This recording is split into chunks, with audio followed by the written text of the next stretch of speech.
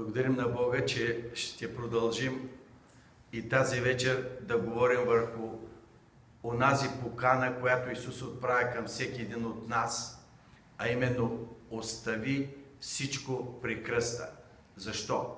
Защото Исус знае и Той каза: елате при мене всички, които се трудите и сте обременени. И аз ще ви успокоя и ще намерите мир и покой на душите си. Исус каза: аз дойдох да ви дам живот и да го имате изобилен този живот. И всичко това Бог го даде като една картина на пророк Исаия, и това е записано в 61 глава. И когато Исус влезна в синагогата в Назарет и му подадаха книгата на пророк Исаия, той намери това място от 61 глава и прочете така, защото очите на всички бяха впити в него и се чудяха на благодатните думи, които излизаха от устата му. Защото той говореше като един, като че ли е този, който в момента ги утешава и в момента ги превърза. И основното, което Исус каза за своето идване е, че Духът на Господа Йова е върху мене, защото Господ ме е помазал да благовестявам на кротките, пратил ме да привържа сърце съкрушените, да проглася освобождение на пленниците, отваряне затвора на вързаните,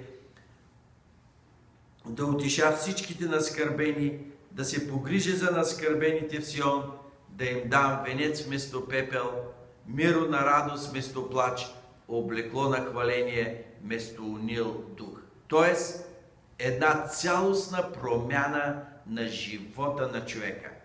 Някой ще каже: ма това е невъзможно. Исус каза: в света скръб ще имате, но дерзайте, аз победих света. И сега, когато Той ни кани да отидем при кръста, това е мястото, където Исус иска да направи това изцеление. Мястото, където Той със силата на своята любов ще утеши всеки един, който е наскърбен. Аз искам, мили брати и сестри, да кажа, че една от най-големите рани в човешкия живот, това е оскърблението. Оскърбление на това, което е нашата вътрешност, на нашата нежност, на неправилното осъждане, неправилното оскърбление. И човек помни десетки години една дума, която се е забила в сърцето. Аз слушах скоро един пастир, който казва: много неща са ме критикували. И винаги с лекота съм ги отхвърлял. Обаче дойде един имейл и така ме прободи, че не можех да се съвзема със седмици. Свали ме, уби ме. Нямах сили да победа това, което беше оскърблението.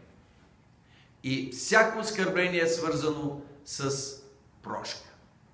И най-трудното нещо, което християнинът може да направи на тая земя, е да прости, да забрави и да продължи с изцелението, което е от Бога.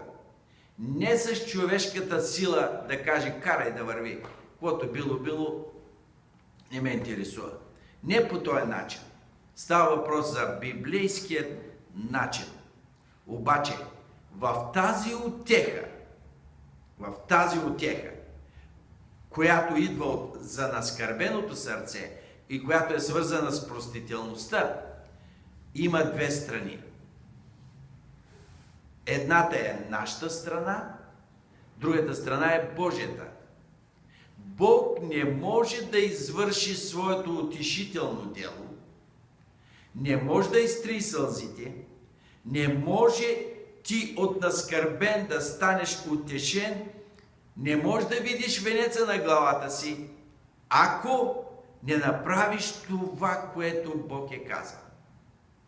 Мили брати и сестри, има две неща, които са, ако мога да кажа, двете крила на християнина. Двете крила на християнина са: едното крило е да се радваш, да вярваш и да живееш с Божията любов и с силата на Неговата прошка.